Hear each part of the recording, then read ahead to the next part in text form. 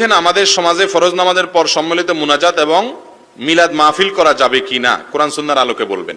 দেখুন, ফরজ নামাজের পরে আমাদের নবী সাল্লাল্লাহু আলাইহি সাল্লাম সালাম ফেরানোর পরে 3 বার আস্তাগফিরুল্লাহ বলতেন। আস্তাগফিরুল্লাহ, আস্তাগফিরুল্লাহ, আস্তাগফিরুল্লাহ, সহিহ মুসলিমের হাদিসে আসছে। আরো বিভিন্ন হাদিসে কিতাবে আসছে তিনি দোয়া পড়তেন, আল্লাহুম্মা আনতাস সালাম ওয়া মিনকাস সালাম তাবারাকতা ইয়া যাল জালালি ওয়াল ইকরাম। তিনি আয়াতুল কুরসি পড়তেন, একবার সূরা ইখলাস পড়তেন, একবার সূরা ফালাক পড়তেন, একবার সূরা নাস পড়তেন, 33 বার সুবহানাল্লাহ পড়তেন, 33 বার আলহামদুলিল্লাহ পড়তেন। এক বর্ণনা আসছে 33 বার আল্লাহু আকবার এবং একবার লা ইলাহা ইল্লাল্লাহু ওয়াহদাহু লা শারীকা লাহু পড়তেন। আরেক বর্ণনা আসছে 34 বারই আল্লাহু আকবার পড়তেন।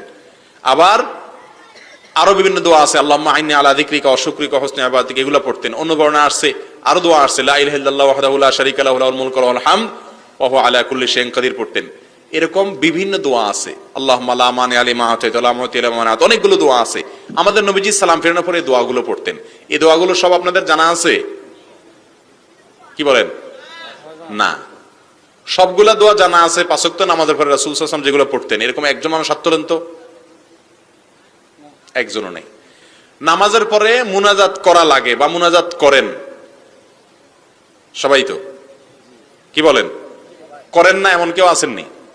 নাই, 1-2 জন আছেন।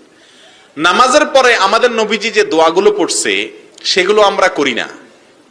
যেটা নবীজি করেন নাই সেটা আমরা সবাই করতেছি। আপনাদের এলাকার ইমাম সাহেবকে জিজ্ঞাসা করবেন কালকে গিয়া যে হুজুর 5 ওয়াক্ত নামাজের সালাম ফেরানোর পরে আমাদের রাসূল আকরাম সাল্লাল্লাহু আলাইহি ওয়াসাল্লাম নাকি অনেকগুলো দোয়া পড়ছিলেন, কোরআন হাদিসে নাকি আছে, তো সেই দোয়াগুলা আমাদেরকে তো আপনি কখনো শিখাইলেন না।